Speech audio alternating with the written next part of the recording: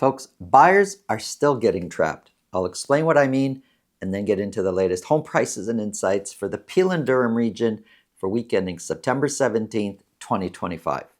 If you want to speak directly with me about your real estate situation, selling, buying, it's really simple. Below this video in the description, there's a link to my calendar. Click on that, book a time that's convenient for you, and we'll talk about whatever's on your mind.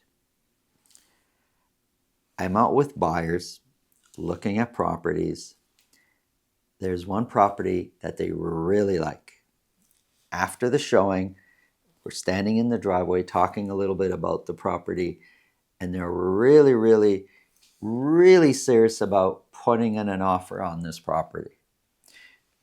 I'm going to do some research for them that evening, send them a bunch of data, and we're going to talk about and discuss what an offer would look like. On the drive home, I receive an email saying that property has just received an offer. Now, a bit more information about that property. That property's been on the market for 100 days. Still sitting there. It hasn't sold in 100 days. And the minute I have a client interested in that property, out of the blue, they receive an offer. What are the chances? Am I to consider myself the good luck charm for the seller? This puts a lot of doubt in everybody's mind. What you're thinking is what I'm thinking, is what my clients are thinking the minute I tell them, hey, they just received an offer. They're thinking, is it real? Did they really receive an offer? Buyers still get trapped with this whole situation of, should we compete, should we not compete? So when I'm talking to my clients now about this property they're thinking about putting an offer on, usually when we're in this situation, there's kind of two choices we have here. We just say, okay, you got an offer, good for you. Let's see how that works out for you. And we just let it go and we wait. And sometimes the next morning, that property is sold. And sometimes the agent calls me and says, that offer has expired. Santo, if your clients are interested, we're happy to review your offer. And I'm like, that offer expired. What a coincidence. But other times, it's tough for the buyer to just ignore the property that they want to buy, especially it's such an emotional purchase many times, but they're not 100% sure if that offer is even real because, yeah, it may not be real, but what if it is? So if we are talking about putting an offer, potentially we're in a position of competing. And here's where buyers, many times I see, get it wrong. I say they get it wrong because I see what many times some of these properties sell for. Property's been on the market 100 days, 120 days, 150 days, and then it sells for just over the list price. And I'm thinking, how has a property been on the market that long and they get over the list price? Well, somehow, some way, two buyers at the same time were competing and pitch the price up is what happened. Well, I don't want my clients being in that situation. So when we're discussing putting in an offer on a property that potentially has another offer, we're just focused on what makes sense for my clients. We got the data, we've looked at all the numbers, we've done the research. Just forget about that other offer. Let's submit an offer, an amount that makes sense for my clients, and then we'll see what happens. And I'm telling you, sometimes, hey, the offer is legitimate and we don't get it, but it's okay. And other times, the offer that we've put in without adding more money and more money and more money, just this is what makes sense to us. That works for the seller, great. We get the house. So let's not just get trapped by, oh, there's another offer and buyers automatically think they need to compete. You don't necessarily, but there's no 100% foolproof system. Sometimes these other offers out of the blue after 3 months are legitimate. Sometimes, maybe not so much.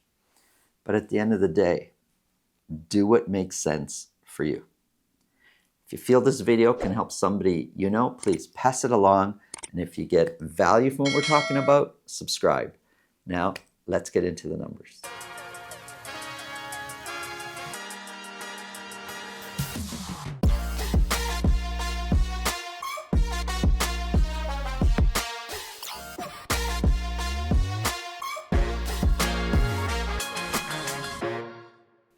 Here we go, folks. Peel in Durham.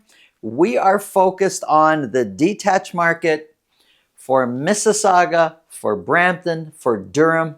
For Durham, I'm using Pickering, Ajax, and Whitby as my Durham sample, but only detached properties for these areas. If we look at the bottom end, these are all average sold prices here, folks. If we look at Brampton, average sold price of $999 versus the top end, which is Mississauga, at $1,361,000. The difference is $362,000 for average sold price. There are people selling in Brampton that want to move to Mississauga for whatever reason. Well, just moving the same house is going to cost you more if you're just doing a lateral move. There are people selling in Mississauga looking to move to Brampton. If you're making a lateral move, the same type of house in Mississauga, you sell and you're going to go to Brampton, it's a good chance you're going to have money left in your pocket because there's a huge price difference, $362,000.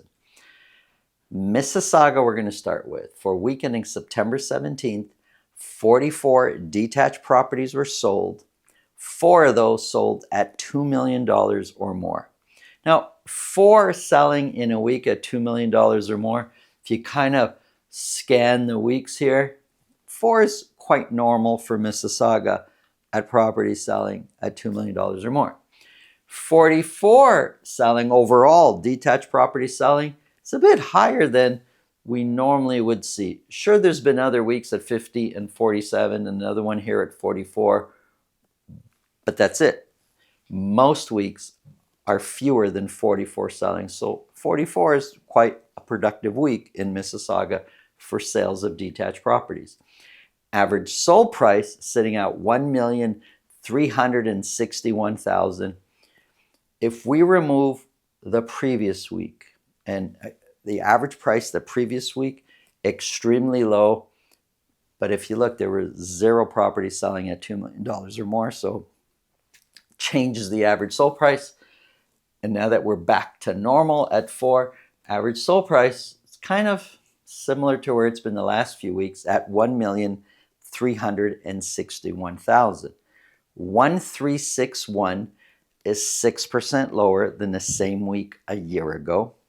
The median price of $1,255,000 is also 6% lower than the same week a year ago. The dotted line, that's a 4-week moving average.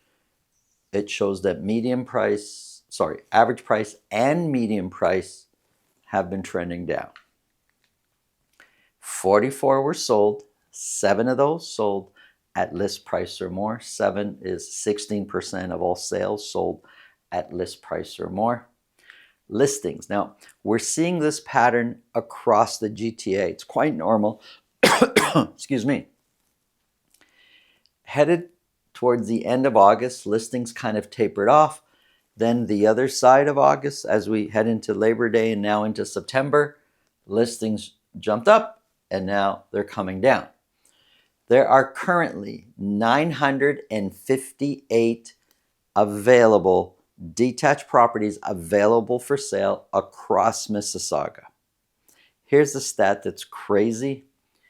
24% of all those listings, of the 958 detached properties, so almost a quarter of all detached properties that you'll find for sale across Mississauga, are listed at $2 million or more.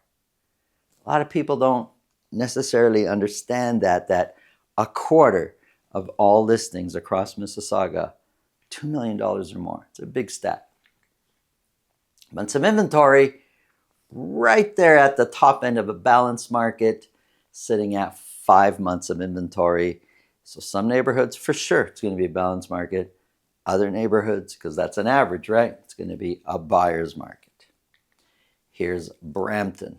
48 detached properties were sold, which is kind of normal.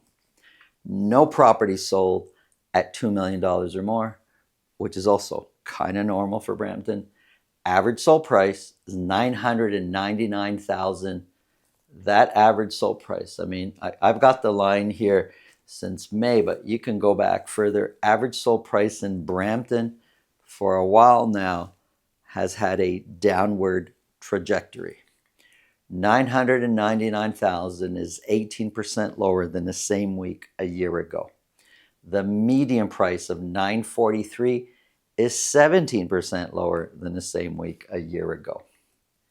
48 were sold, 17%, so 8 sold at list price or more. Listings shot up after Labor Day and now starting to come down. Active listings are climbing. There's currently 1,354 detached properties available for sale across Brampton. And months of inventory climbed a bit. We're now at 6.5 months of inventory. Here's Pickering, Ajax, and Whitby. This is my Durham sample. For week ending September 17th, 45 detached properties sold, which, 45, look, if you look at overall, 45 is one of the better weeks. It's at the top end, but sales were coming down and now it looks like they're starting to go up. 2 of those properties sold at $2 million or more. Average sold price is $1,095,000. And when I kind of look back and just look at the last few months, say since summer, spring, summer to now, average sold price, although there's huge peaks and valleys, kind of looks like it's pretty flat. Compared to last year, $1,095,000 is 3% lower. The median price of $1 million is 4% lower. The dotted line here, the 4-week moving average over these 3 months, yeah, both look flat. Although I would say the median price maybe is showing a trend downwards, but the average price does look like overall kind of flat. 45 were sold. 2 of those sold at list price or more. Listings shot up, then down. Active listings is climbing. There are now 709 available detached properties available for sale. And months of inventory, little lower, sitting at 3.6 months of inventory. As a region, Pickering, Ajax, and Whitby has, if not the lowest, one of the lowest months of inventory. It's one of the more competitive areas if we're talking about large regions like that. Months of inventory, as a summary, 6.5 for Brampton, Ajax, Pickering, Whitby, 3.6. Pretty much a balanced market or a buyer's market. It depends where you're shopping. There are people that'll say, I want to buy a house in Durham, or I'm open-minded to Brampton. You're going to experience 2 different worlds where one, you're competing maybe a bit more often than you'd like to in Pickering, Ajax, and Whitby, whereas in Brampton, not as much. Thanks for watching. Have an awesome day.